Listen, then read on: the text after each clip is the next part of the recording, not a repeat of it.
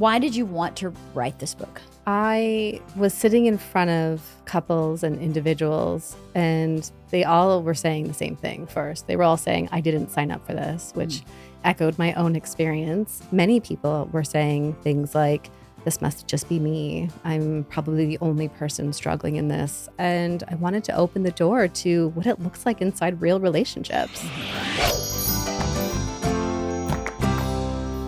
Well, yeah. Yeah? Happy Pumpkin Spice here! I know. Thank you. We were talking about how you're the contrarian, that the two of us are like, yes. And That's you'll go, not a well, negative actually. thing. What's that? It's not a negative thing. Because No, I think when I know, of I course remember not. first saying that to Cathy during a podcast, and I felt like I hurt your feelings. And I was like, oh, it's not a negative thing. I just mean that you see things in a different way than we do. And I'm a negative Nelly. No, it's not all negative though. kidding. That it's like, as I was saying in Girl Scouts, sometimes we'll be like, oh yeah, so something is a terrible idea, and you're like, no, well, think about it. I thought it actually sounded like a good idea, and then we listen to you, and we're like, oh, she's absolutely right. That is a good idea. It's just a contrary opinion to the one Yes. that's presented, which doesn't mean it's negative. This is Tracy, Cathy. Hi. Hi. Nice to meet you. Nice to meet you. I did eavesdrop in your most recent episode about tiny little things. Your most Tiny recent Beautiful Things. Yes, Yeah. beautiful things. So I feel like I've already been sitting with you in the room and hanging out with all three of you. And Nice. yeah. That's great. yeah. Anybody else nervous that she's a therapist? I Is had she therapy going, today. Bipolar. I'm just kidding. I'm glad you're here today. I've since you've listened to this podcast, we're Yeah. pretty loosey goosey. I love it. I love having real conversations. That's the most important thing. Good, because we have them, right? Yeah.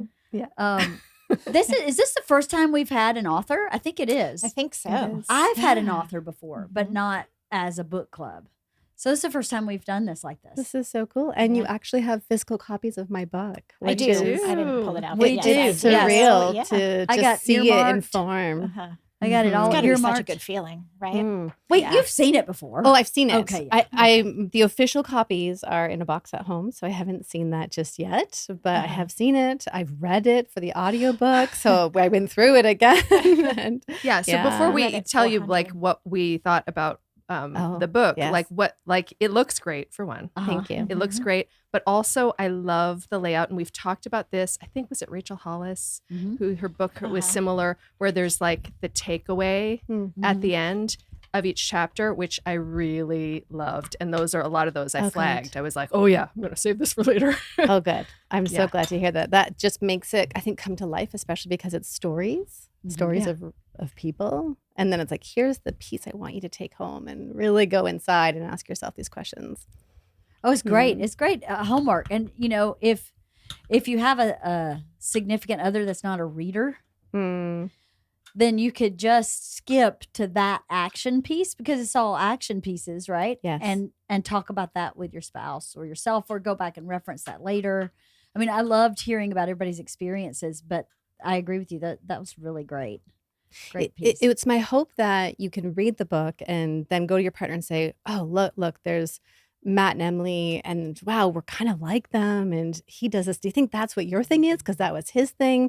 And so it almost is a way of inviting our partners into that therapy experience, especially where partners might be more resistant. Husbands may not be so inclined to do some of their therapy work. Right. Yeah, hopefully that opens it up for them.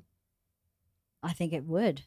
Tracy, how long have you been a therapist? I know the answer to some of these questions, but how long have you been a therapist? I've been working with clients for over, almost 2 decades, so 17 years. Wow. Yes. That's And great. Have you always it's- done just couples? No. And as part of the psychologist training, so to do my PhD, they want you to be a generalist. Yeah. So we train broadly in treating all sorts of mental health conditions and presenting issues, personality challenges, emotional stress, burnout, anxiety, depression. And then my specialty is couples. So really being in the room with those two people, it's fun. Did your specialty just sort of show up, like you realized that you were really hitting it out of the park with couples, or did you prefer it, or was it just sort of, was it more convenient? Like, how did that work? Yeah, it's a great question. I was researching relationships and attachment theory in my undergraduate degree. And so I knew I wanted to go and continue doing this attachment piece of understanding our romantic partnerships. They're complex. There's a lot in there. And yet they're the most important relationships to us. We fight hard for them. And so when I applied for my PhD, I applied to work with Dr. Sue Johnson and researched emotionally focused couples therapy. And having gone into the PhD, I said to my trainer at the beginning, I would like to see couples. Send me all the couples. And he was the one saying, slow down. You need to be the generalist first. And it's a really interesting dynamic in the room because you're working with so many different relationships and parts. So I have a relationship with each of the clients, and then they have their relationship together.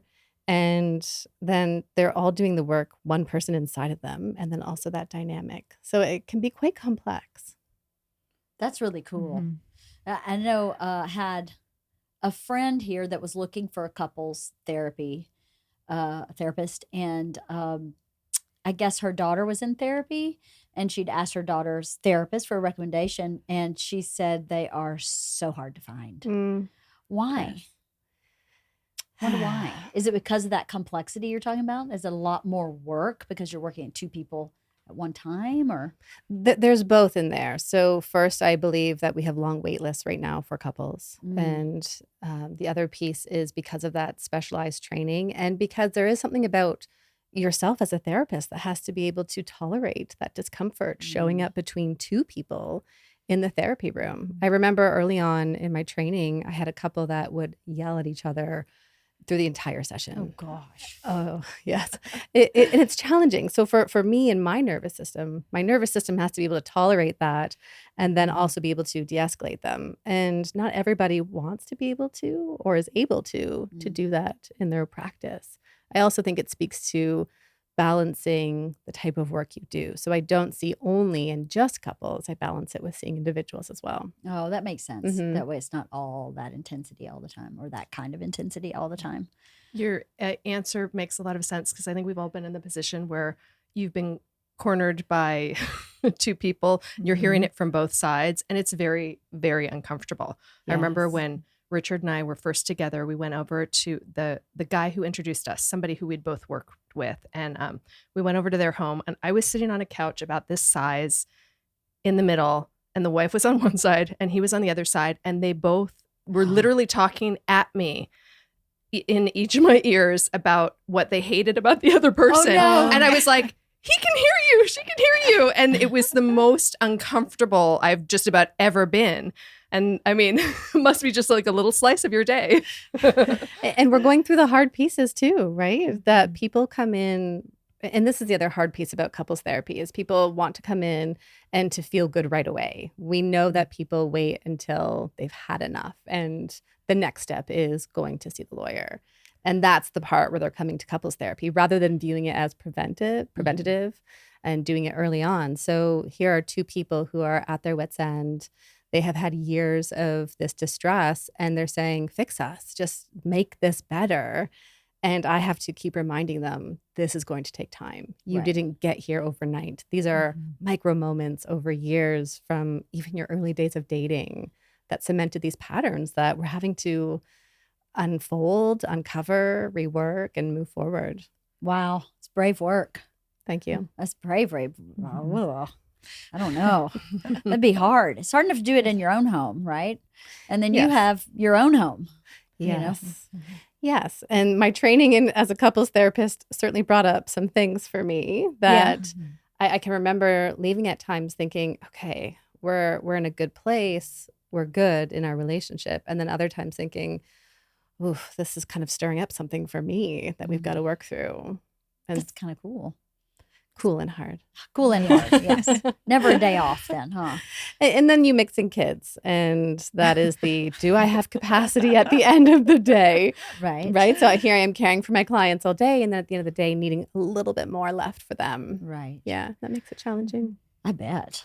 Well, I didn't sign up for this. I thought, I'm going to just jump in, ladies. I thought it was very brave of you to put your own experience in with your couple's experiences because as a therapist, you could write about couple's experience, I would imagine, without self-reflecting and showing that you're human and that you and that you apply what you're learning to your own house. I thought it was very brave. And that nasty part of what happens when you become a parent, the part where you're like, this sucks for me. I don't like this. I don't have a minute. The part in the book where you were crying in the shower, going like, this is my only time alone all day, is such a real part of parenting that no one talks about ever.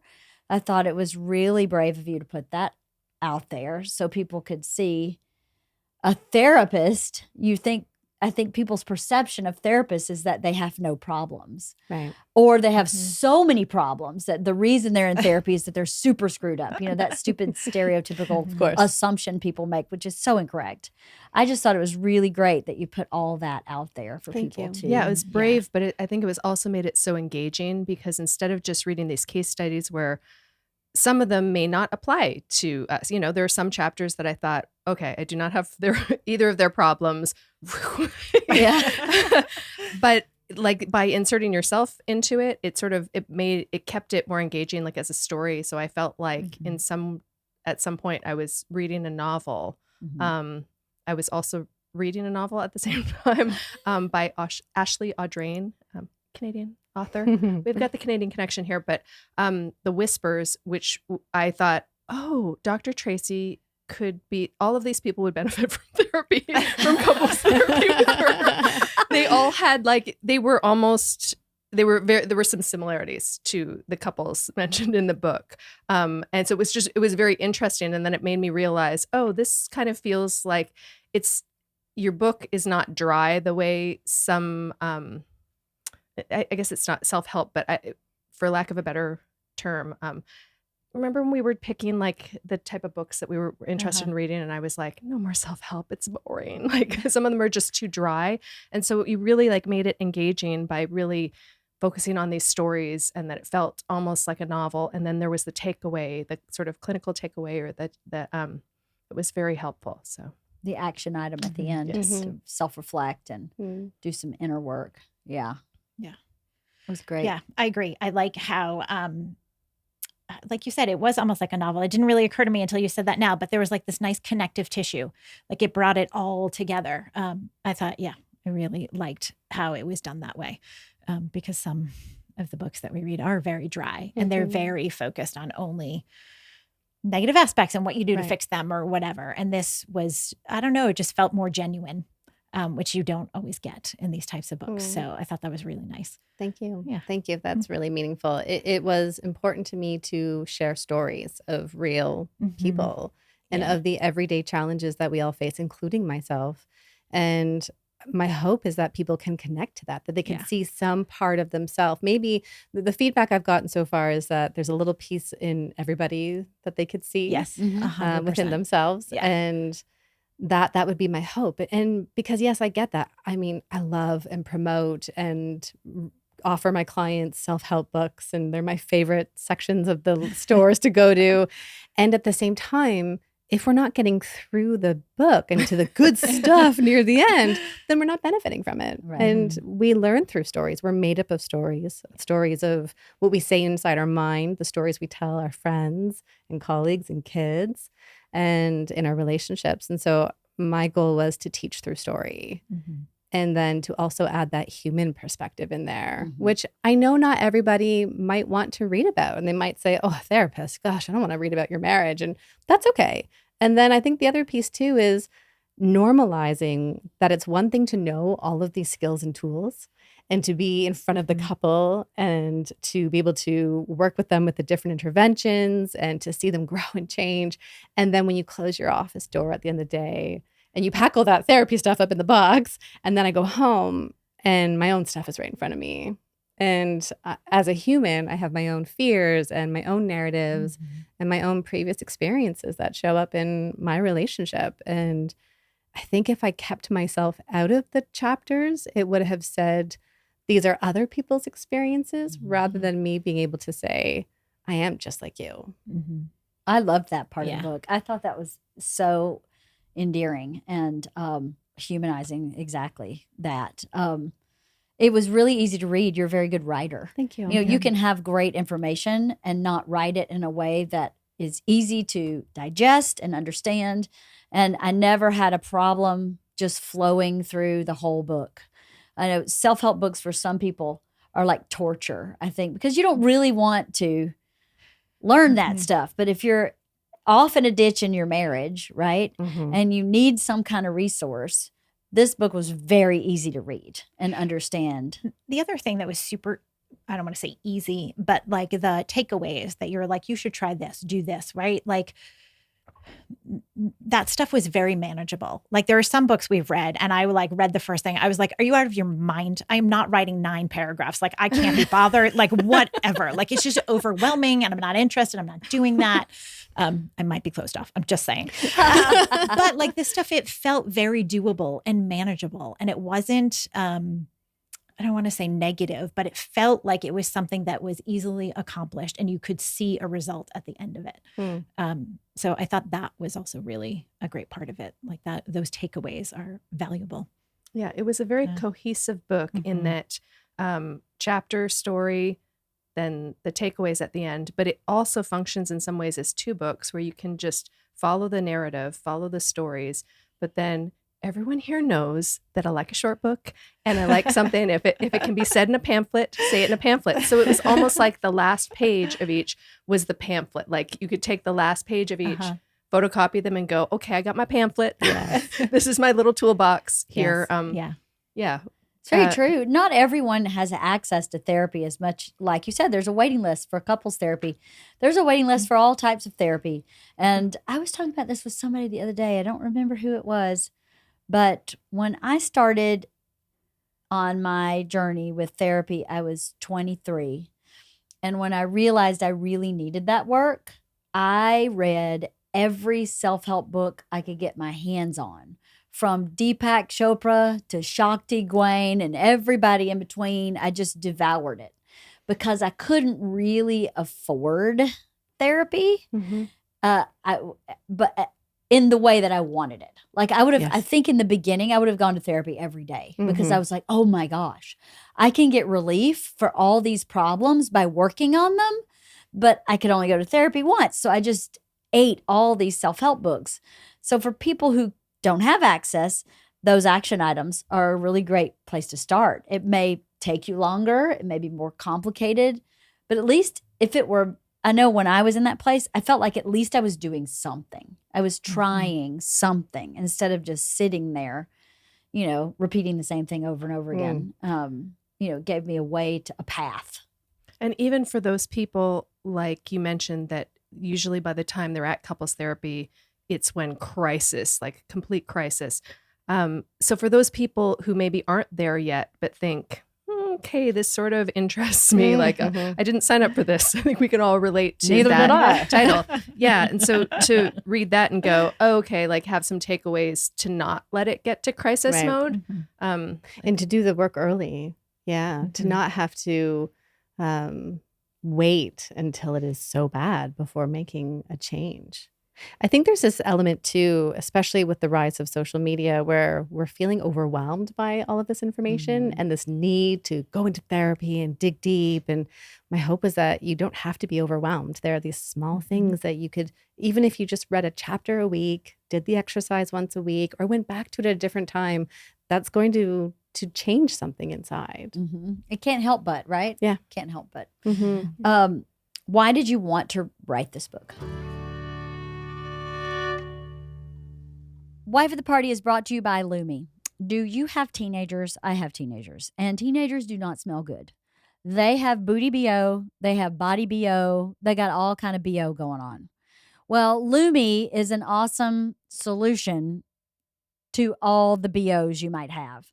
They have tons of products for your BO. Like they have deodorant wipes. They have deodorant. They have deodorant cream. They have so many great things that can help you manage your BO, teenage or not. As an OBGYN, Lumi's founder, Shannon Klingman, met thousands of women concerned with odor below the belt. Through clinical testing, she discovered it wasn't the vagina to blame, but bacteria on the skin. So she created Lumi, a pH-optimized, aluminum-free deodorant that actually works. And it works everywhere, with over 150,000 5-star reviews to prove it. Lumi's starter pack is perfect for new customers. It comes with a solid stick deodorant, cream tube deodorant, 2 free products of your choice like a mini body wash and deodorant wipes, and free shipping. As a special offer for listeners, new customers get $5 off a Lumi starter pack with code WIFE30 at lumideodorant.com. That equates to over 40% off your starter pack when you visit lumideodorant.com and use code WIFE30. Wife of the Party this week is brought to you by DraftKings. Step into a world of nonstop action on DraftKings Casino. Play the classics like blackjack, roulette, and slots. Plus, enjoy exclusive games you can't find anywhere else. Right now, new customers can get a deposit match up to $100 in casino credits when you deposit $5 or more. All you have to do is sign up, select the offer, make your deposit, and start playing from a full suite of games. Your way is the only way to play on DraftKings Casino. Play online on your time, in your space, and within your means. It's safe, secure, and reliable, so you can deposit and withdraw your cash whenever you're ready. Download the DraftKings Casino app now. Sign up with promo code WOTP, and new customers get a deposit match up to $100 in casino credits when you deposit $5 or more. Only on DraftKings Casino with promo code WOTP. Gambling problem? Call 1-800-GAMBLER. Michigan, New Jersey, Pennsylvania, West Virginia. Please play responsibly. In partnership with Hollywood Casino at Charlestown Races in West Virginia. All games regulated by the West Virginia Lottery. In Connecticut, help is available for problem gambling. Call 888-789-7777 or visit ccpg.org. 21 and over. Physically present in Connecticut, Michigan, New Jersey, Pennsylvania, West Virginia only. Void in Ontario. One per opted-in new customer. Minimum $5 deposit. Maximum $100 in casino credits, which require one-time playthrough within 7 days. See terms at casino.draftkings.com/playerschoice. Restrictions apply. Why did you want to write this book? I was sitting in front of couples and individuals, and they all were saying the same thing first. They were all saying, I didn't sign up for this, which echoed my own experience. And at first, when it kept showing up in therapy, I'm thinking, am I hearing this right? Is everybody saying this? And that was one piece. But then the other piece was that I often found myself thinking in my mind, I just wish you could see the other couple that I sat with or the other individual that I was working with, because many people were saying things like, this must just be me. I'm probably the only person struggling in this. Are we even going to make it through? No couples experience this. And I wanted to open the door to what it looks like inside real relationships. We rarely talk about the hard stuff in our romantic relationship. We're open to talking about our in-laws or to friend difficulties, mental health, parenting. But when it really comes down to standing at the park while your kids are on the swing, do we say, I resent my husband so much today, and I'm crying in the shower saying, I can't do this anymore. Yeah. You're right. It's not very socially acceptable to talk like that about your significant. I do. I have no problem talking about my problems with my significant other to anybody who will listen. But I think everybody knows. I think I'm comfortable in knowing that everybody knows I'm not unhappy. I'm just unhappy in the moment when I'm talking about it. But not everybody is that way. I mean, I definitely am an open book. And I have no problem saying this isn't working. But it's helpful to be like that so that you can release some of that pressure valve. So you can maybe go back in and address it differently. Although after reading your book, I see some patterns that I own that I really want to see. I marked them to talk about them, and I was like, shit, man, I got to deal with this now. Adding on one more piece. I know. Well, let me look at my list because I thought of something just a second ago, and I thought I need to add that. Why did you write this book? I just asked that one. And LeeAnn, I think you did a really great job on your recent episode talking about dating each other again, which is the ebbs and flows in our relationship. And you were both so good to say, it's not that it wasn't not working. It was fine. We were fine. And that's a place that a lot of people get to. And I loved how you had shared that the relationship got on the back burner because you were saying to yourself, I just need to make it to the end of the day with these kids. And I think so many parents can relate to that experience. And then finally, when they're in bed, then the last thing you want to do is turn to your partner and say, hey, let's be close. And right? It's like, you stay over there, I'm over here. Mm-hmm. Yes, because we don't have time for self-care. I still don't have time for self-care. But I think I reframed self-care a little bit in the context of my relationship, right? Where I went, well, actually, self-care, I enjoy talking to Bert. I enjoy going to dinner with Bert. I enjoy having sex with Bert. I enjoy having fun with him. So why would I reject that? That seems silly. But I'm also not in the thick of kids like I was, even 5 years ago. It was a lot thicker than today. That's been so awesome. I've had so much fun doing that. But I actually, reading your book, thought to myself, there's places that I'm not trusting is the wrong word, but I do this thing that you describe in this book. I wonder if I wrote down where the page is. I did, but it may take me a second to find it. Do you remember whose story it was? No, I could not keep anybody's name straight. I think it's because I'm in menopause and everybody's name is blah da da da ba da da ba ba. Is Emily married to Jake? Who's John? I mean, that's where my brain would go. Wait, and I have to go back to the beginning. And at a certain point, I went, forget it. This is the one that has the mother-in-law that she doesn't like. I can't remember her name. Yes, that's Lydia. Yeah, Lydia and See? Sam. Yeah. This is why I could never be a therapist. Every week I go, what's your name again? all of those details, they're packed in there. I can sit in front of a client and their whole story comes up. But it's really interesting to think. And for people watching or listening, if you're in therapy, know that you impact your therapist. There's a lot of brain space that goes to my clients, and it's very powerful. I might be driving, like there's a moment in the story where I'm driving to the grocery store thinking about sausages and thinking about Emily and Matt. These are real experiences as therapists. Right. I believe that. I've been with my therapist for a long time, and I know that I affect her. I don't know anything about her. She's like, to me, she is like the model therapist where she just does everything right. I don't know anything about her personal life other than she lost her husband suddenly and had to take moments off, a couple months off her practice. But that's something I think is appropriate for me to know. Yes. But I don't know anything else. She has a grandson. That's it. I don't know why I started this conversation this way. But yeah, there was someone in the book affect that you her. connected to. No, you just said we affect our therapist. I know that I affect her. I know I do. Is part of what I needed. Also, I have a missing mom, so I needed a connection, and I don't think it's I think it's actually quite healthy. Yes. That she's a mentor, and I know I affect her. It makes me feel positive self-esteem to know that I affect her. You know what I mean? Anyway, I hope that makes sense.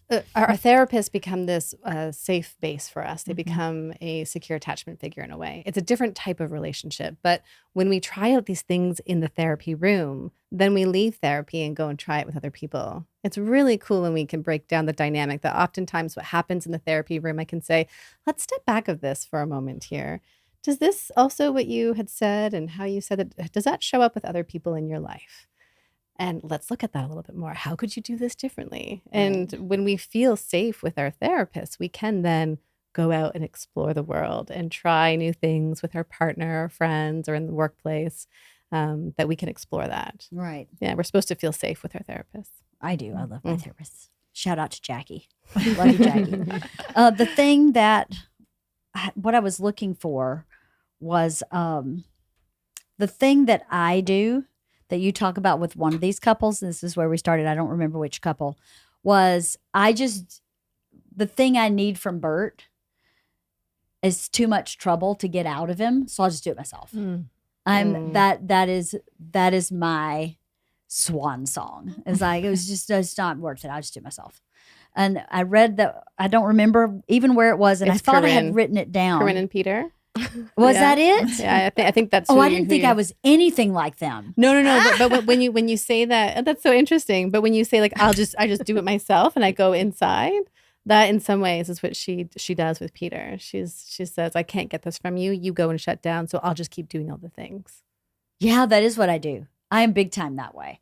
And also he travels so much that I was like, well, I just have to do it myself anyway. So I'll just continue to do it myself. And I don't know that I get resentful, but I do sometimes feel not seen or understood. And And I think part of that is my responsibility because I don't go, hey, I actually need you to show up here. Like I know I ask you to take out the garbage and that seems stupid, but I actually need you to do that so that I feel like I'm a partner, and I don't do that enough because it's too much trouble. And I think too, not to get too much into therapy, but I spent my childhood being disappointed and let down by my mom. Any expectation I had it definitely wasn't the priority. So then I think I protect myself by not having an expectation so that I can't be disappointed. And then at the end of the day, I feel like not seen, not known in the same way that I know him because I spent my childhood making sure everybody was okay and watching. Are you okay? Everybody's okay? Okay, good. You need this done? I'll do it. And now I have value. Now I have a place. But I don't necessarily know that I want that to be the next 30 years of my life, right? Now that we're through having kids and now that we're in this different place of dating, and that part is really working well, it allows you to look at the other parts where you go, well, if I could be 10% happier here, how can I be 10% happier somewhere else? And what am I doing that's in the way of that progression, right? Because what I was doing that was in the way of this kind of dating Bert again progression was I was just, like you said, don't touch me. I'm good. I'm tired. I'm just sleep and let's just not. And when you open yourself up to, well, I mean, really it is only 15 minutes more. I mean, it's not like we're having 8-hour marathon tantric sex. It's like 15 minutes on a good day. So why am I complaining? I'm just investing. I can't invest that much time and I have a good time. So, you know what I mean? Crunching numbers on the book club.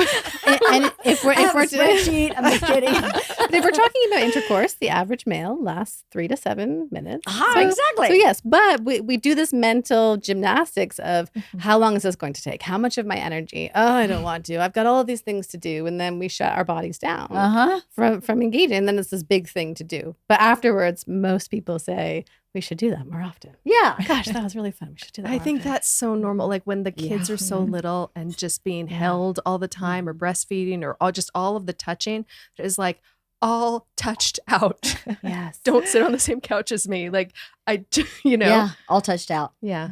You're a hypersensitive person. Is that what it's called? Yes, highly sensitive. Highly HSP. sensitive. Yes, Yes. HSP. Yeah. Okay. I read that book. You did? Oh yeah. I'm an HSP. Yeah. I think my daughter is. Yeah. For sure. That was mind blowing. I never heard that term. I love hadn't learned it earlier either. And then seeing it in my child, and then seeing it within myself, I was like, oh, this really makes sense. When my kids fall or they're close to falling, I almost feel this electric shock go through my body. And the overstimulation of noise, if there's multiple things going on at one time, I have had to stop watching certain types of movies because they rerun in my mind. So it is really interesting when we can understand ourselves more and then put it into the context of our relationships. I read a book about it's highly sensitive person, how to survive in a world that overwhelms you, something like that. Yeah. Years ago. And the first time I read that, it just blew my mind, the connection between physiological sensitivity and psychological sensitivity, that I was like, oh, wow, that's why I tend toward blander foods and whatever. I just am so easily overstimulated that, need a lot of alone time, a lot of quiet time, all that jazz. And that can be hard when we're paired with a partner who doesn't experience the world in the same way. And if we aren't able to come to the table and talk about this is you and this is me, and how can we then make that work? Because a lot of times what we do in our partnerships instead is we internalize and we personalize their actions. So your request for time and space alone, just to soothe my nervous system from the day, your partner might feel rejected, might think, oh, it's something about me that they don't want to be with me, when that's not what it is at all. I'm married to an HSP.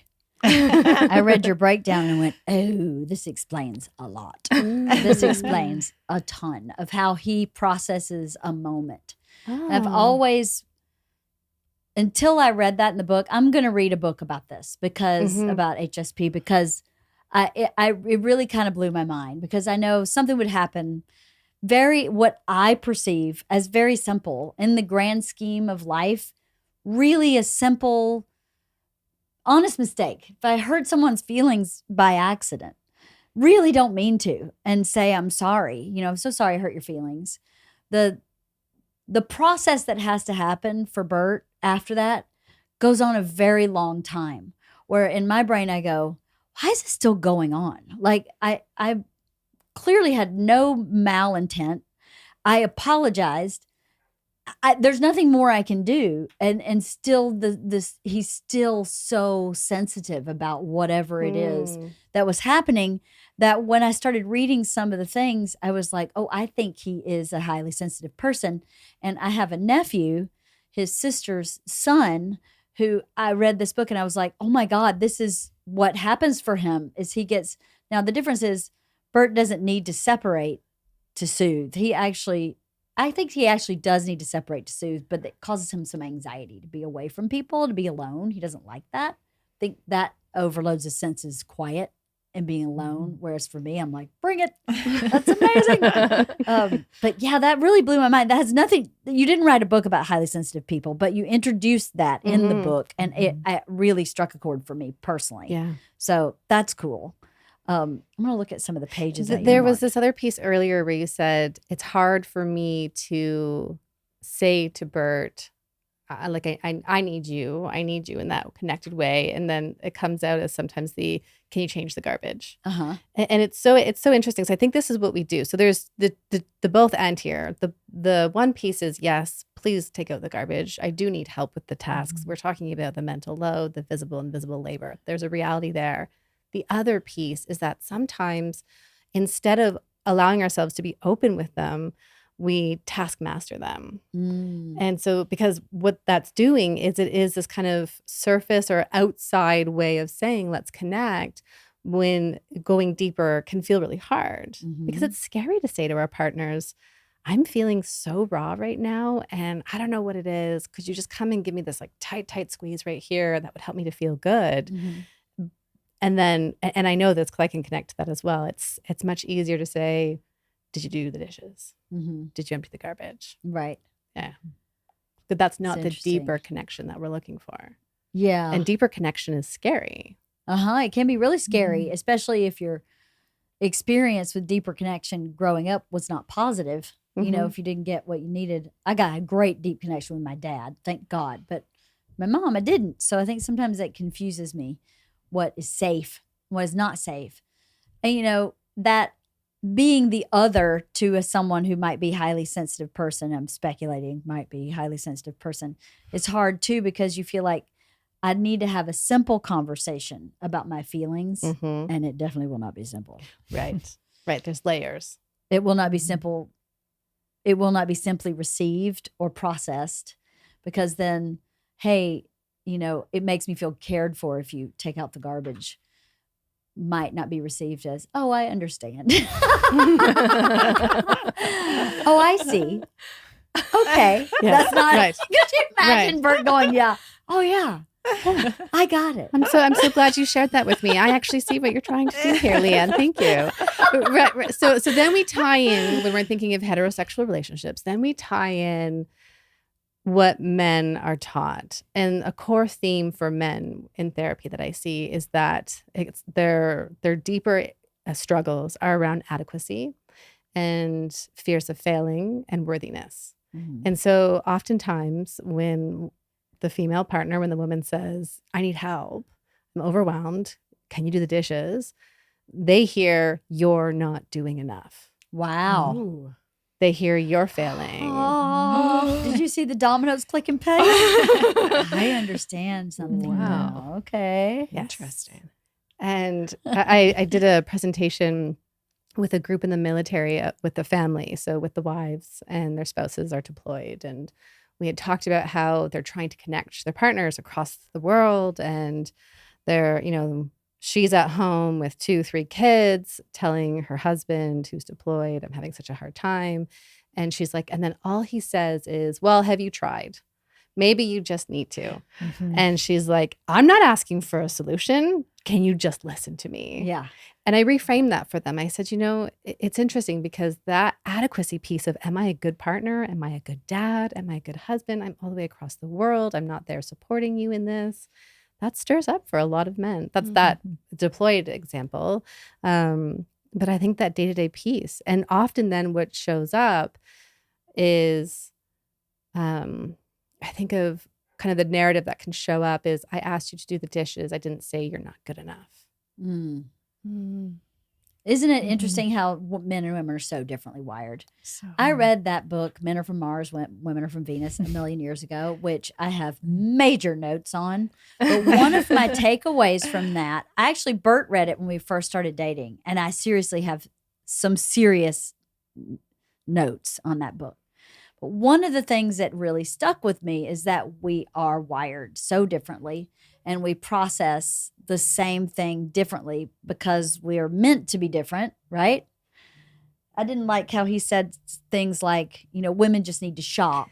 No, Men need a man cave. That part I didn't like. There were misses in there. Misses. There were big misses. But when we go into the biological level, even with boys and girls as babies, we know that girls develop socially and emotionally faster than boys do.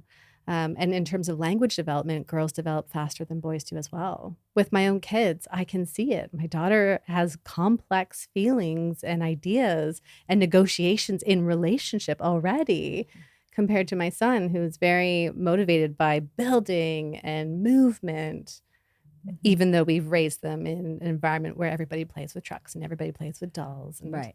Yeah. It's so interesting, isn't it? Yeah. Yeah, I think you just answered a question that I already probably knew the answer to if I just thought about it that way. You think about things through your own perspective most of the time. It takes sometimes someone else going, hey, look at this one. You go, oh, I already knew that. Why didn't I think we of have that? Cathy. Exactly. That's right. One of the things I found really fascinating is that, all of the couples that you talk about, you're really picking apart their very childhood relationships, right? And it's so interesting that we're all bringing that with us and that we all have unresolved stuff. And then on some levels, I understand. And I'm like, wow, yes, I have a ton of unresolved stuff. And then I'm like, holy shit, what have I done to my children? And what are they going to be picking apart in 10 years when they're in therapy? You know what I mean? There's like that dichotomy where I'm like, oh man, this book is challenging in that way. They're supposed to do that because it is relational. And it is this bi-directional feedback where they are separate people than you. And they also are learning to express needs and feelings and to communicate with you, which is going to pull things out of you and back and forth. So we can expect our children to struggle with certain things. And I have fully accepted that my children will be in therapy saying, my mom's a therapist. And she would always ask me how I felt about that. And we do our best as parents. And we can look at seeing that there will be mismatches in environment and temperament that what our babies need. And it's not possible to meet every single need, which comes to that good enough mother concept, which is that to build a secure attachment, you only need to meet 30% of our baby's signals. I am overachieving. Oh my gosh. Right. Well, I That mean, seems right. like So a that's small the number. good enough mother because and motherhood puts a lot of pressure on ourselves to be perfect, to do all the things, to don't miss a beat, make sure you're around. When baby's crying, pick up baby. And yet it's 30%. Wow. Right. But it's all that and model a good relationship so that they grow up in a healthy and can, have healthy relationships on their own when they grow up. Right. As best you can. I think really everybody probably should be in therapy at some point in their life. I really think because there's no one's got it right. You can do your best job. Hey, I think Bert and I are pretty decent parents, but definitely I can already see where both my kids need therapy because we're just doing the best you can. Is that all you can do is the best you can. And you always fall short. So to think that you're never going to, and it won't negatively affect your kids is, I think, delusional. You have to accept that there are things that you do that aren't going to work for them. They're just not going to. and that's okay. I mean, we've told both our kids, happy to start therapy whenever you want. Isla's in therapy and absolutely loves it. Yeah, go get it and complain about. Yes. I mean, she even said to the therapist, to Bert, she goes, "Oh, my therapist wants to meet you." I was like, okay, I'll go to therapy. So we went to therapy with her once and talked.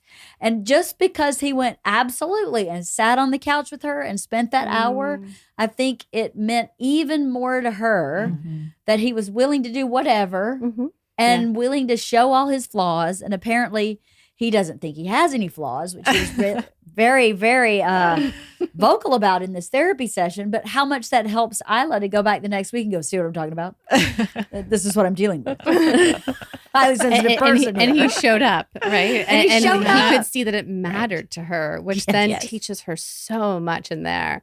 And if we go back to what it means to build healthy relationships, we don't want our children to only have relationships with us. We want them to learn how to lean onto other people, and that is building a community. And sometimes, for most, and for me, I think it should be, it's a therapist. Right. They could be that objective outside person, because we all get stuck in tricky thought patterns and biases, and especially our not fully formed brain in teenage years. We're supposed to be messy and struggle. That's how we learn and grow. Well, Isla's winning in the messy department. Her room, snake bit in that room.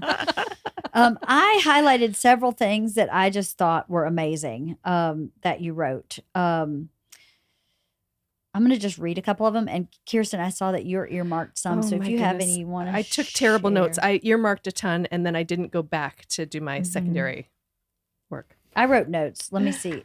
I wrote page 202 about belonging. You wrote something about belonging. I thought was, we are all motivated to find belonging. Belonging is key to our overall sense of well-being. Without it, we struggle to feel worthy, to feel whole. But belonging isn't just about what happens with another person. It is also about what happens with ourselves. I thought that was amazing, because so many people, like, belonging, that's such a specific word, right? Yes. That's powerful. It's very powerful. I think so many people, I was this way until I got into therapy, lived a life unexamined and felt like I didn't belong anywhere, right? I had no friends. Even the friends I had, I didn't feel like I belonged, because I didn't belong to myself, because I didn't understand myself. Such a powerful statement. Did you got anything to say about that, you guys? No? It's what we're motivated in, and to be in relationship with others. Relationships are so hard that, of course you hear I'll be single, I'm independent, I don't need anybody else. And that doesn't meet one of our core basic needs. And that is that sense of belonging, of that knowing. And that is at the end of the day in our romantic relationships and in most relationships. But the idea that you think of me, that you understand me, that you want to see me. But then even when I go to bed, I want to be able to say, I'm okay. That when I sat with my friends today and I talked about some of those messy things, that I can say, I'm okay in me. And part of that is acknowledging that not everybody is going to like every little thing about you. Doesn't mean that you don't belong, though. Right. Yeah, I love that word. I don't think I've heard that word or said that word in a long time. Belong. You belong to me. Maybe on my next date with my husband, I'll go, you belong to me. Do it. Another one I highlighted, empathy is a willingness to be in someone's experience without judgment or problem solving. While validation is the act of letting the other person know that you see and understand their experience.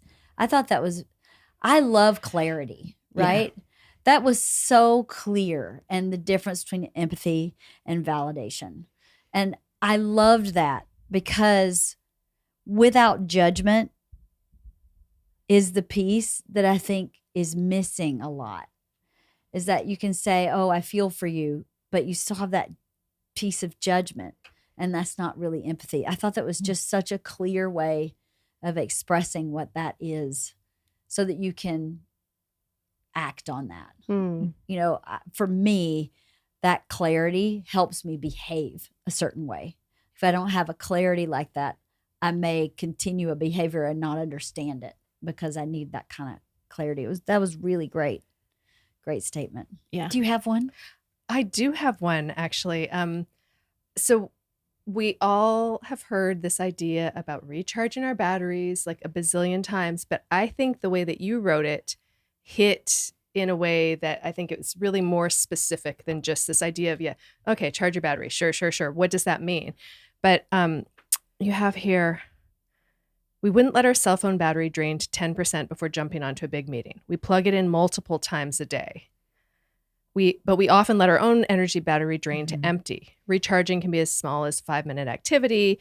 And you list some examples, but I just thought, I mean, I look at the girls in our troop and yeah, some of them are chronically at their cell phone is at 10%, 7%, 2%. And you're like, what? Like, what are you doing that is happening? And just the idea of applying that specificity of it instead of just, oh, is my battery drained or not drained? It's not a matter of that. It's not a binary usually. It's usually like, okay, I'm having a pretty good day. I'm only 10% drained.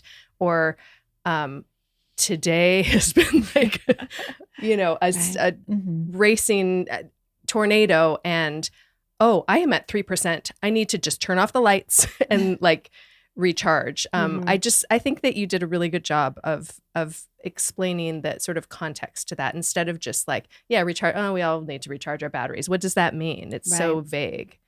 And I'll add to that too. The question I like to ask is, what do I need to be well in this moment? Because moment to moment, it's going to change. Yeah. And in order to do those small recharge moments, we have to look at our transitions. We expect ourselves to just move seamlessly throughout the day without considering what I need to do to help me go from. I feel personally attacked. You do? I do. Because I felt my face going, what do you mean? I don't do that ever. No, totally. And I mean, I just think about how every year, especially like, preschool, kindergarten, elementary school, but honestly for all of the years. And I have one kid who has struggled with transitions to every school year, every single time. And every time I would talk about how sensitive she is. She is an HSP. She's so sensitive to transitions. And then I'd be going through the same sort of thing, like going, oh, I'm just not adapting to this new school year. It's just so different than the summer. And it's like, no, I am not adapting well to transitions. I don't transition well at all. But yeah, like the day to day and the moment to moment, like throughout the day of transitioning from this thing to that, today being home, doing my therapy session on Zoom and having my husband in the other room and transitioning from that. I did take 5 minutes in there. Just after I closed out of the Zoom, I was like, I just sat there with my thoughts for a couple of minutes instead of walking in and just saying, hey, how's it going? Wow. Okay. You pause there. We don't have to go. And then we can even model that to our children in the sense of let's empty that. Sure. I think that's the part we've forgotten.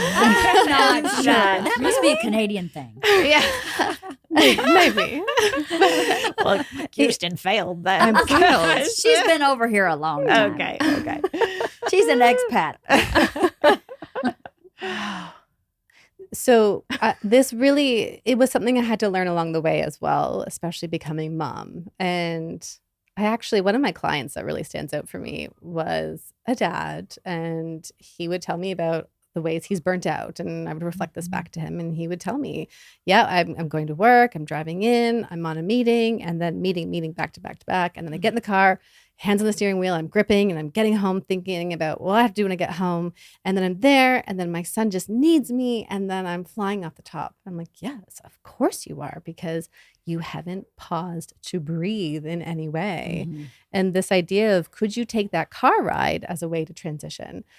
Turn off the meetings, notice the things around you. Maybe you have a snack. Maybe it's as simple as having water. Or if that's not possible, when you get home, instead of rushing into the house, because if you rush into the house, although you're there to relieve your partner and the parenting duties there, when you show up irritated, we're adding even more to the load that's showing up at home. So then instead, could you walk around the house outside, just looking at things around you? Could you do some jumping jacks on the sidewalk before you go inside? Just something to recharge yourself. Mm-hmm. That's great. I have to start doing that.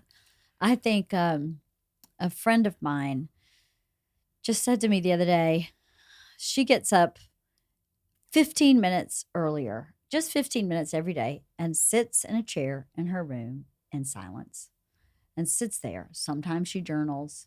Sometimes she, prays. Sometimes she does nothing. But she gives herself 15 minutes before her day starts so that kind of self-care is already done. Mm-hmm. Yeah, all I'm thinking is she doesn't have animals. Like, who's feeding the animals who are barking and harassing you? It's the other layer, right? The animals add another layer. Feed the animals and then take your 15 minutes. I don't know. You get up 15 minutes earlier, feed the animals, go back. I'm going to try that. Mm-hmm. I used to do that. I don't know why I don't do that anymore. It was so awesome. Was it? Yeah, I do that after the barking animals. 30 minutes. Like I used to get up 30 minutes earlier, and it was just nobody is around. Like, and I need zero silence, like, to recharge. So that 30 minutes was really valuable, and I don't know how that dropped off. And for you, your husband works from home now since the pandemic. So you don't, and you are someone who charges your battery by being alone and quiet.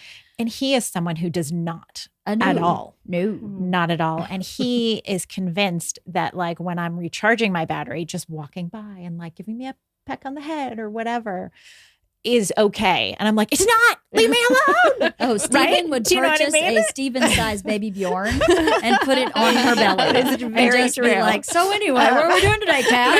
And he's like, but I didn't even talk to you. I was like, but you entered my energy bubble. Yes. But like, the flip side is that is what he needs to recharge. So like, that's where our, conflict arises. But that 30 minutes was, he's not getting up 30 minutes early. Problem solved. Oh, it's actually, a safe that's bet. a really good It's coming back, suggestion. Kathy. Yeah, It's coming apparently. back. Isn't it funny how you get in good habits and something Yeah. disrupts them and all of a sudden it's as if you've never done them? Yeah. Right. Like I forgot that existed. Like, why? Totally. Isn't that crazy? Even one of my first podcasts, I read a book about sleep, actually. And in the book, that back in the day, back in the like Industrial Revolution days when people worked in factories all the time, they had this 8-8-8 theory. We have 8 hours of sleep, 8 hours of work, and 8 hours for whatever I want. So in my book, it was like 6 hours of sleep and the other 18 for work. Right. That's how I framed it. And just the simple reframing of 8 hours for sleep, 8 hours for work, 8 hours. So I started putting things in the different categories, like Girl Scouts had been part of that 18-hour workday where I went, actually, this is a choice. This is a volunteer position. I actually really enjoy it. That should go in the 8 hours of whatever I want. I own animals because I want them. That should go in the 8 hours of whatever I want. And once I'd shifted just my mindset, it relieved so much stress and then of course, at some point I just stopped doing that. I don't know why, but I just got out of the habit of going, no, this is actually something that you want to do. Like getting my nails done is obviously to me, sometimes it feels like work because I'm like, I got an appointment. I got to get over there. I don't have time. Right. And then I got to be like stuck in a chair for 45 minutes. Like work. Who has time for that? It's all work. Yeah. But I remember that conversation and it Yes. changed my life. It completely reframed A lot. that I have to walk Yeah. the dogs. I was like, oh, I get to walk the dogs. I love the dogs. Yeah. Like I'm obsessed with the dogs. So Yeah. it totally reframed that to me. So even on the days that I'm frustrated and don't really want to go on a walk, I think like, oh, they've been stuck inside all day. That makes them so happy. I get to have this time with them. It literally changed my life. Yeah. Yeah. I did mine too for a little bit. And then I got back on the train. Bert says he can tell when he wakes up in the morning what mode I'm in by my footsteps. He said, you have this little heavy heel walk you do. And I go, don't bother her. You're not getting an ear from her. Nope. And then he's like, I can just tell by how you walk through the house what is happening for you on that day, which is really interesting. I feel like I hit the ground in like a full speed, full throttle every day. And I don't stop until 9 o'clock at night every day. So I need to start repackaging my moments during the day.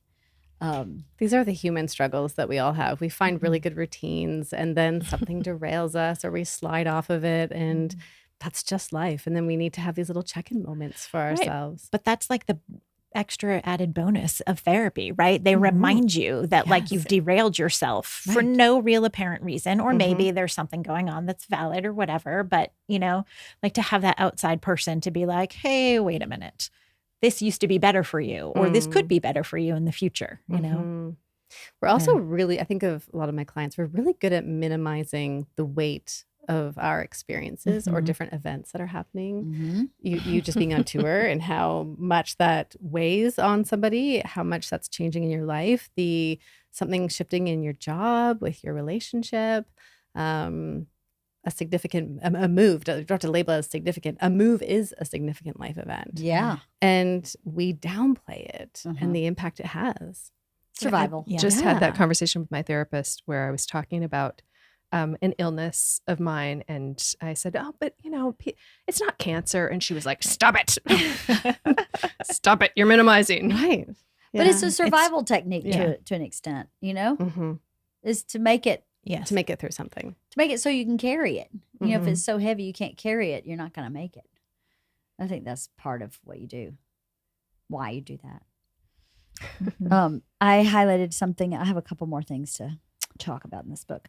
But I highlighted something you said about your relationship. One of my stories is that Greg doesn't help out.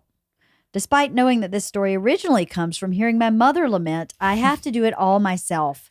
I've found myself repeating similar words about my own marriage. The thing is, the more I tell myself this story, the less likely I am to ask for help. I was like, LeeAnn Kreischer. Girlfriend. I am loving those moments. What you doing? I literally went, okay. I say I'm so stressed out all the time, to the point where yesterday I was talking to Isla about redecorating one of our rooms, and she's really into interior design. And when I was done with my pitch, she goes, "Can I give you some advice? And you're not going to like it." And I went, "Yep." She said, "I think you're too stressed out to handle this." And I went, "What are you talking about?" She said, "All you ever say is, I am so stressed out. You can't do this right now. You're going to have to wait till a better time." And I went, "There's never a better time. There's always a stress." And then I remembered this and I went, I'll be damned. I say it all the time. I'm so stressed out. I have to stop that narrative in my brain. I have to stop telling myself that story. I do have a lot of responsibility. I have a lot going on. But I don't want that to be my story. I don't want my story to be, I'm so stressed out. I want my beauty story to be, look what I accomplished. Look how much I can do. Because that's really what's happening, is that I'm getting a lot of stuff done. Sometimes stress is different, right? Where there is actual stress, or something, you know, someone has a health issue or something like that. But mine is just about having a very full, hectic pace most of the time. It's not really burdensome. It's just busy. So and just someone had said this to me recently, of if you took these things off your plate, would you find other things to put on your plate? Yeah. In rapid order. Right. So the narrative almost misses how you do live. And we do have to ebb and flow and ask ourselves, is this what's working right now? And just as a story to go with that, when I submitted the book to my editor, I was walking home from my office that day and I said to myself, oh, okay, what's next? What am I doing next? Oh my gosh. In just the beat of walking home, of planning what's going to be next. Because that is part of my personality. I thrive when I'm doing and creating and all of the things. And also then asking myself, how am I doing with all of this? Is there a space for wiggle room? That's one piece. But then the other piece is then tackling that narrative, because it is so easy to buy into that. I'm so stressed. I'm so stressed. And the more we say that to ourselves, the more our body believes it. I agree with that. And, you know, I like my productivity. I can't imagine. Like Jennifer in my office downstairs, shout out to Jennifer downstairs today, was like, you know, we're all supposed to be working at about 80%, which is what you're supposed to be doing. So you have 20% for creativity, for new ideas, for like, hey, what abouts? And I was like, puh, I haven't worked at 80% since like 4th grade. Like not even like as an adult. I don't think I've ever, not in recent memory, worked at 80%. If there was open space in the day, I was filling it up. So part of that is how I function. And I need to be okay with that and embrace that. And part of it is maybe I could do 100% instead of 120. Oh, I don't know. Just reframing your story as like, I thrive in working. Like you were a worker. You're a worker. So, but you do thrive in that. Yeah. I don't know what I'd do if I'd be so bored if I just was like, what show are we watching tonight? Every night. And that's okay for other people. That's great. But it makes me anxious, I think. That moment I was wiping the kitchen walls. I can remember one of those moments where that narrative shows up, and I started out by just doing a bit of dishes and the kids are playing in the other room, and then I'm wiping the counters, then I'm wiping the backsplash, then I've got out the magic eraser and I'm deep cleaning the kitchen walls. And that's when the narrative shows up, and I had to catch myself because actually, while the walls are not Greg's priority, and he's not going to do that because he's not the same person as I am, he does a lot. Yeah. And so if we're in the context of our relationships, telling ourselves a story, we have to back out of it and say, okay, what is the evidence for this here? Can I look at this in a different way? Oh, I like what you just said. What is the evidence for this here? Because that is true. That is true. I think when you're a new parent, and inevitably for most relationships, mom does a lot of the work. Mom, I mean, I fed my children from my body, and they did not take a bottle, not because I had a problem with that. I just found it more trouble than it was worth. I just like, it's much easier to just breastfeed. And so when I signed up for that, I signed up for no one else being able to feed my kids but me. And that's okay. But then the laundry list of my responsibilities shifts in comparison to what Bert's even capable of doing. Right. So then, but then you start looking at the scales and you go, wow, mine's way down here and yours is way light. It's hard to remember to balance that and go, well, you know what? He is trying to build a career. He is trying to write jokes. He is trying to work in the clubs. And it looks like he's just playing video games, but an hour later, he's written a joke about the video game he just played. You have to keep it in perspective. But don't you think that takes a great deal of maturity? Yeah. Oh, yeah. Yeah. And maybe instead of maturity, maybe self-reflectiveness, Okay. that self-reflective process, which does come with maturity as we age. Right. It also comes with sleep. Like Sleep, I too. wasn't able to have that perspective when I was just so underslept, when Yeah. we just were talking about our kids never Right. sleeping. Like some people get the sleeping kids and some people don't. And you're Some people really don't. angry about it. I didn't get one either. I have one kid who still doesn't sleep well. Yeah, I hear you with that. It is that the loss of time and space that couples experience. And then when your own basic needs aren't being met, it's really hard to go through these seasons connected and feeling close. Right. Yeah. What's your least favorite part of being a therapist? Oh, goodness. My least favorite part is paperwork. I knew you were going to say that. Okay, besides paperwork. Paperwork. What's your least favorite Well, part? that one couple, they were a real pain. Oh my gosh. This podcast. Just kidding. My least favorite part. Wow, I don't know if I've really thought about that in a long time. I think it's sometimes when I'm ahead of my client and they're not coming with me because I see it so clearly. And I want to, I'm so human, right? I want to control, be like, come on, come with me. It's really good over here once you see it this way. And you know, that's not how therapy necessarily works. Right. That people have to be on their own journey to be able to then get to that place. So I think that is probably my least favorite part, is you don't get to control others. I've had people leave therapy, not come back, and they stay with me because they're not ready to make changes. And that's always a hard one to sit with. I bet. Mm-hmm. What's your favorite part?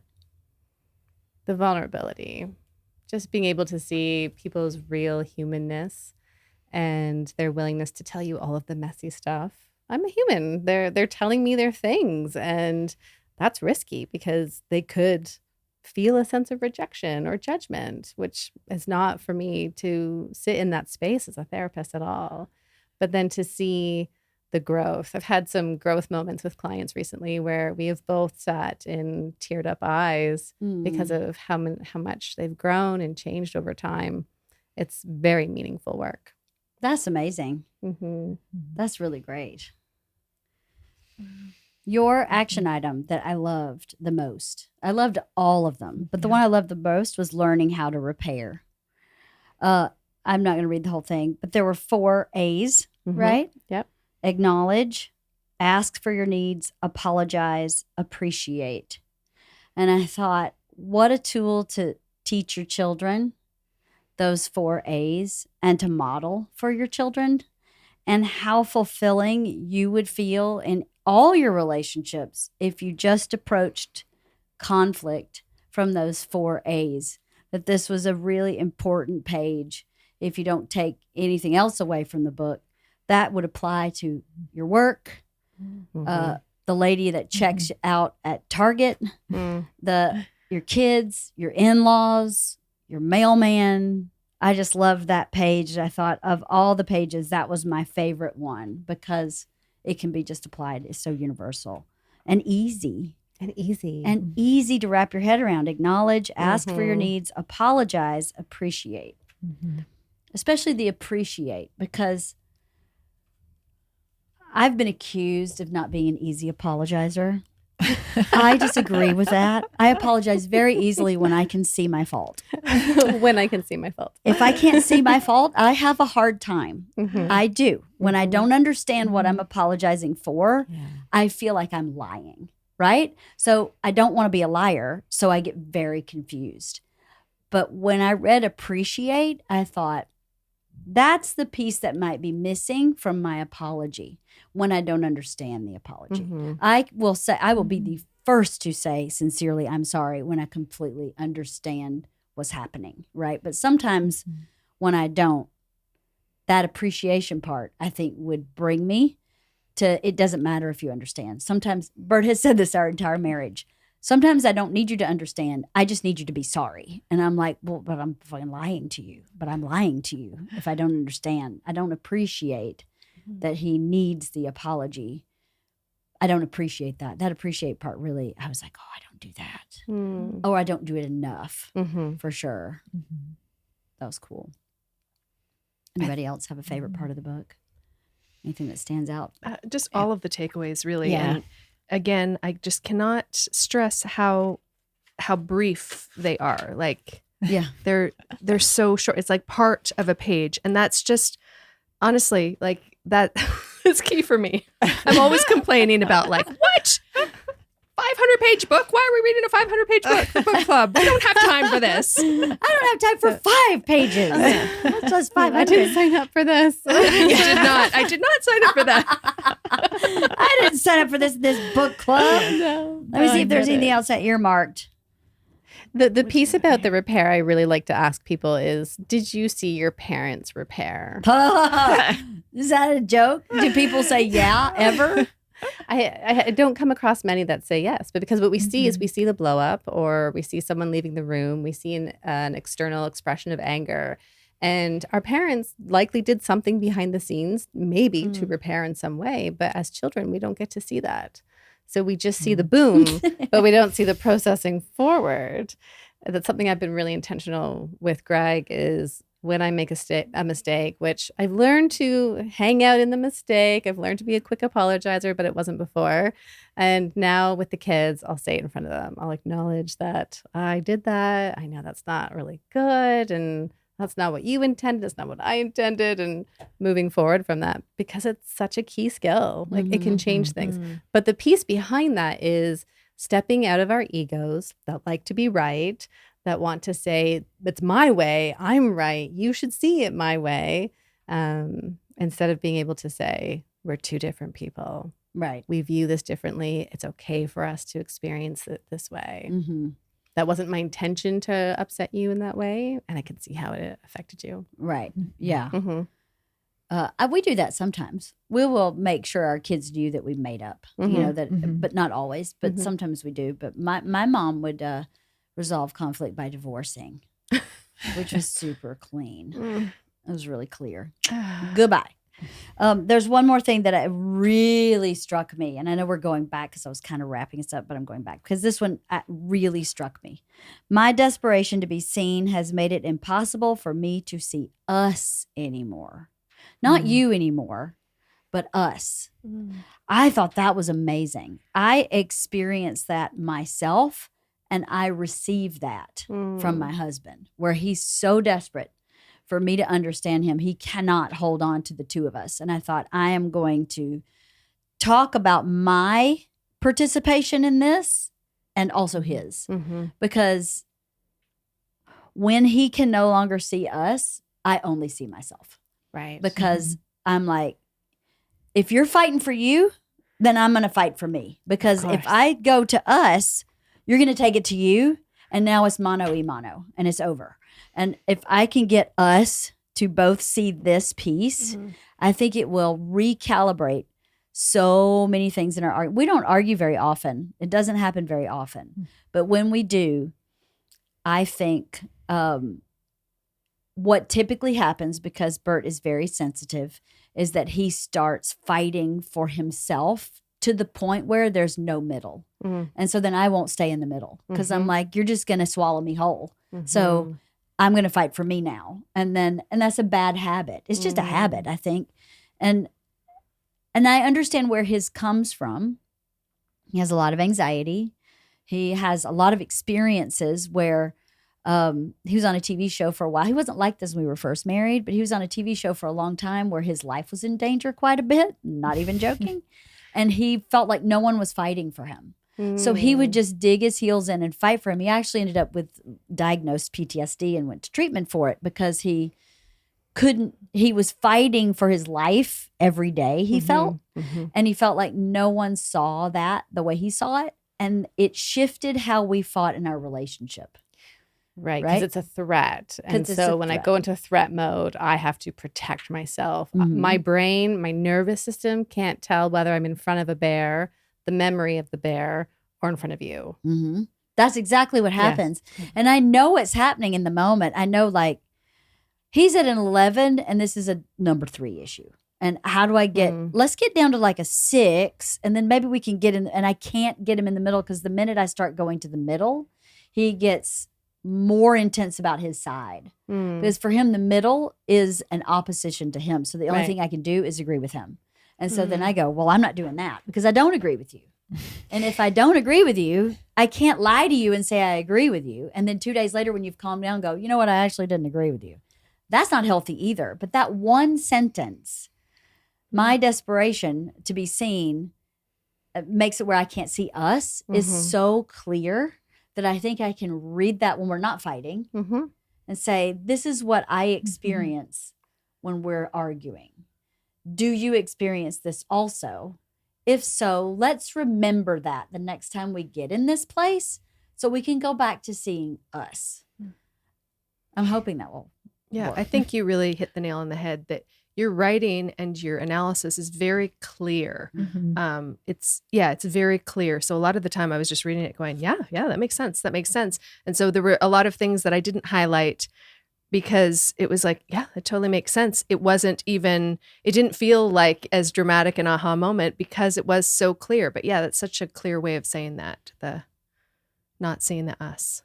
That struck me so strongly because I've been trying to figure out why that dynamic, I knew why the dynamic changed, but I haven't been able to figure out how to get it to relax. I don't even need it to be what it was before. I just need the dynamic to relax so that we can figure out something different. I think couples make mistakes when they try to recreate what happened before. Of course. So you have to be where you are here today and go, well, how do I make this more effective, more efficient, more win-win? I think sometimes what we do in these moments of disagreements and fights is that we go in wanting to resolve it in those moments instead of maybe even seeing where our nervous systems are. And I know even despite being a therapist. I can think of even with my son, that sometimes I go in being like, no, see it this way. And his nervous system has gone off and we can't. And so in our relationship, sometimes we have to be able to say, okay, hang on. So you're an 11 and actually this is a 3. So because you're up here, this isn't the moment where I'm inviting you to come down to my 3 or a 5, but let's go for a walk together. Let's do the dishes side by side. Let's do something for our bodies, or you go and do something on your own. Although sometimes that like deep pressure squeeze can be really good for the nervous system as well, instead of trying to resolve it in the moment. And I find a lot of couples struggle with that pressing need right there is, okay, this is a big moment. Let's resolve it. Let's work through this. Rather than saying, we're good. We're not in the same page, but let's do the nervous system. Let's do the body stuff first. We'll come back to it later. That's really good advice. Yeah. That's really good advice, because that would help Bert, I think, a lot. Yeah, this in chapter 2, the end of chapter 2 is states of dysregulation and learning to regulate. And that was one that I flagged of like, oh yeah, let's return to this multiple times. Yeah. Which again, if we connect that to that charging your phone in multiple times, charging your own battery multiple times, at the end of the day saying, if you're transitioning, where's my nervous system right now? Oh, I'm not in that calm, regulated social part. I'm in this like shut down, numb space. And what I can do for my body then is go for the walk or put on soothing music or put my feet up against the wall. I have to start doing some of that, because I know what happens when Bert and I get in those moments is I will just shut down and go, I'm not doing this. Yeah. Nope, not doing this. Right. You go ahead, tantrum it up, baby. I'm going to shut it down. And that's not fair. It's not fair to me either. It's not fair to him, but it's not fair to me. I don't do enough taking care of myself in the context of those kinds of moments. I tend to like just shut down so as not to have the hullabaloo that comes with me saying, I can't meet you in the middle, so I'm going to stand up for myself. It just becomes a bigger fight than is necessary. It's just not necessary. But if I would say, I'm going to go for a walk. Let's just breathe, because anytime he breathes and takes a minute and I force a minute, we can actually have a conversation about it. I just, because you said it out loud, again, that like clear directive or piece of information that I can really see, I can behave on. Yeah. That makes a lot of sense. I could totally do that. Our nervous systems are running hot. You have a hot singlet. So let's let the singlet cool off. Right? You probably know what that is, right?